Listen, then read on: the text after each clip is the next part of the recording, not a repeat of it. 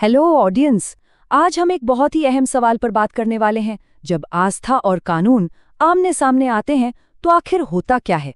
और सबसे बड़ा सवाल, क्या कानून सच में सबके लिए एक जैसा है? और ये सवाल हाल ही में भारत में हुई 2 घटनाओं के बाद और भी ज्यादा जरूरी हो गया है। सोचिए, एक तरफ एक शांतिपूर्ण नारा और उस पर हो जाती हैं ताबड़तोड़ गिरफ्तारियां, और दूसरी तरफ खुलेआम तोड़फोड़ की घटना, लेकिन उस पर कार्रवाई होती है बहुत धीमी। तो चलिए, जो सोर्स डेटा हमारे पास है उसके आधार पर समझने की कोशिश करते हैं कि अधिकारियों ने इन दोनों मामलों में किस तरह का रवैया अपनाया। तो ये 2 घटनाएं कौन सी थीं और इन पर प्रतिक्रिया कैसी रही? चलिए सीधे उत्तर प्रदेश चलते हैं, जहां ये दोनों मामले सामने आए। एक था आई लव मोहम्मद कैंपेन और दूसरा था फतेहपुर में एक 200 साल पुरानी मजार पर हुआ विवाद। अब देखिए, इन घटनाओं का टाइमलाइन समझना बहुत जरूरी है। 10 और 11 अगस्त को फतेहपुर में एक ऐतिहासिक मजार पर हमला होता है, वहां तोड़फोड़ की जाती है। फिर कुछ ही हफ्तों बाद 4 सितंबर को कानपुर में आई लव मोहम्मद बैनर को लेकर विवाद शुरू हो जाता है। इसके बाद एफआईआर होती है, और फिर उन एफआईआर के खिलाफ बरेली में जब लोग प्रदर्शन करना चाहते हैं तो उन पर भी पुलिस कार्रवाई करती है। मतलब दोनों घटनाएं लगभग एक ही समय पर हुईं, लेकिन इन पर जो एक्शन लिया गया वो बिल्कुल अलग था। तो चलिए अब जरा आंकड़ों पर नजर डालते हैं। आई लव मोहम्मद कैंपेन के जवाब में जो कार्रवाई हुई उसका पैमाना कितना बड़ा था? Association for protection of civil rights का डेटा हमें इसकी एक साफ तस्वीर देता है। ये नंबर देखिए, 1324। जी हाँ, 1324 मुसलमानों पर देश भर में मामले दर्ज किए गए, कुल 21 अलग अलग एफआईआर्स में। और ये सब क्यों हुआ? एक शांतिपूर्ण अभियान के जवाब में। और जब इन आंकड़ों को अलग अलग राज्यों के हिसाब से देखें तो एक पैटर्न और भी साफ नजर आता है। देखिए, उत्तर प्रदेश में 16 एफआईआर हुई और 1000 से ज्यादा लोगों पर केस दर्ज किया गया। उत्तराखंड में 401, गुजरात में 88। मतलब साफ है कि इस पूरी कार्रवाई का जो केंद्र था वो उत्तर प्रदेश ही था। और अगर उत्तर प्रदेश के अंदर भी झांक कर देखें तो बरेली में तो मामला बहुत ही बड़ा था। यहाँ 10 एफआईआर दर्ज की गईं और हर एफआईआर में सुनिए 150 से 200 लोगों के नाम थे। बागपत में 150 लोग, उन्नाव में 85। मतलब ये कोई छोटी मोटी कार्रवाई नहीं थी। ऐसा लग रहा है जैसे पूरे के पूरे मोहल्लों को ही कानूनी दायरे में ले लिया गया हो।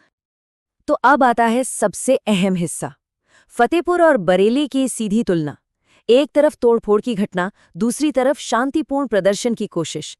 अधिकारियों की कार्रवाई में आखिर क्या और कितना फर्क था? सोर्स रिपोर्ट को देखें तो दोनों घटनाओं से पहले की तैयारी में जमीन आसमान का फर्क दिखाई देता है। फतेहपुर में, जहां हिंदू समूहों ने कई दिन पहले ही अपनी मंशा जाहिर कर दी थी, वहां चेतावनियों के बावजूद कोई खास रोकथाम के उपाय नहीं किए गए। दूसरी तरफ बरेली में मुस्लिम समूहों को शांतिपूर्ण प्रदर्शन की इजाजत तक नहीं दी गई, और जो मुख्य आयोजक थे उन्हें तो पहले से ही घर में नजरबंद कर दिया गया। और घटना वाले दिन तो ये फर्क और भी साफ हो गया। फतेहपुर में सैकड़ों लोगों की भीड़ ने जब मजार पर हमला किया, तोड़फोड़ की, तो पुलिस को भीड़ को कंट्रोल करने में नाकाम बताया गया। लेकिन बरेली में क्या हुआ? वहां तो प्रदर्शनकारियों को इजाजत ही नहीं मिली थी। फिर भी जब लोग शांति से इकट्ठा हुए तो उन पर भारी पुलिस बल का इस्तेमाल हुआ, लाठीचार्ज तक किया गया। अब बात करते हैं कानूनी एक्शन की। यहाँ भी कहानी बिल्कुल अलग है। फतेहपुर में हिंसा के बाद एफआईआर दर्ज करने में भी देरी हुई और गिरफ्तारियां भी बहुत कम हुईं।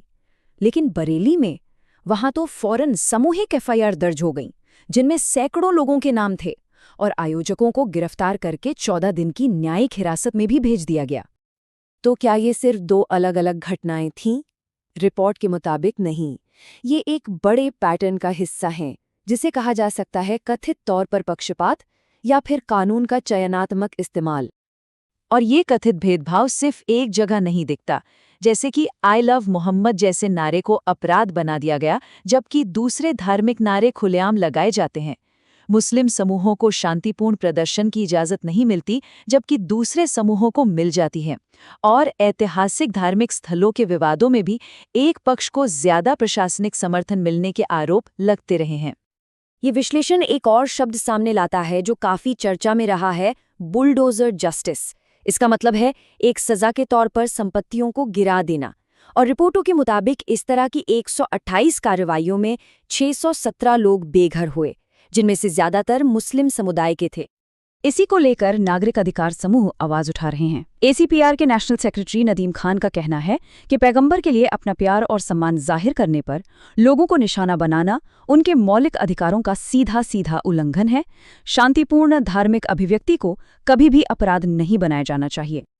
तो इतना सब कुछ होने के बाद अधिकार, प्रतिक्रियाएं और सिफारिशें, मतलब इस पर क्या रिएक्शंस आए और आगे क्या करने की सलाह दी गई? जैसा कि अक्सर होता है, राजनीतिक प्रतिक्रियाएं भी एकदम बंटी हुई थीं। एक तरफ समाजवादी पार्टी, AIMIM और कांग्रेस जैसे विपक्षी दलों ने पुलिस की कार्रवाई को भेदभावपूर्ण कहा, तो वहीं दूसरी तरफ उत्तर प्रदेश के मुख्यमंत्री ने बदमाशों के खिलाफ सख्त कार्रवाई का आदेश दिया और अधिकारियों ने यही कहा कि जो भी किया गया वो कानून व्यवस्था के लिए जरूरी था। और इस मामले की गूंज सिर्फ देश तक ही सीमित नहीं रही। यूनाइटेड नेशंस ने धार्मिक अल्पसंख्यकों के अधिकारों पर चिंता जताई। ह्यूमन राइट्स वॉच ने भी अपनी रिपोर्ट्स में पुलिस के पक्षपात की बात कही है। यहाँ तक कि इस्लामिक सहयोग संगठन ने भी मुस्लिम समुदायों को निशाना बनाए जाने की निंदा की। तो इन सब समस्याओं को सुलझाने के लिए सोर्स रिपोर्ट में कुछ जरूरी कदम उठाने की सिफारिश की गई है। पहला, भेदभावपूर्ण FIR को वापस लिया जाए। दूसरा, कानून सबके लिए बराबर लागू हो ये सुनिश्चित किया जाए। तीसरा, जिनकी गलत गिरफ्तारी हुई या नुकसान हुआ उन्हें मुआवजा मिले। और चौथा, पुलिस के कथित पक्षपात की एक स्वतंत्र जांच हो। और ये सारी बातें हमें एक बहुत ही बुनियादी और बड़े सवाल पर लाकर खड़ा कर देती हैं। जब कानून को अलग अलग लोगों के लिए अलग अलग तरीके से लागू किया जाता है, तो फिर न्याय और समाज के आपसी भरोसे का क्या होता है?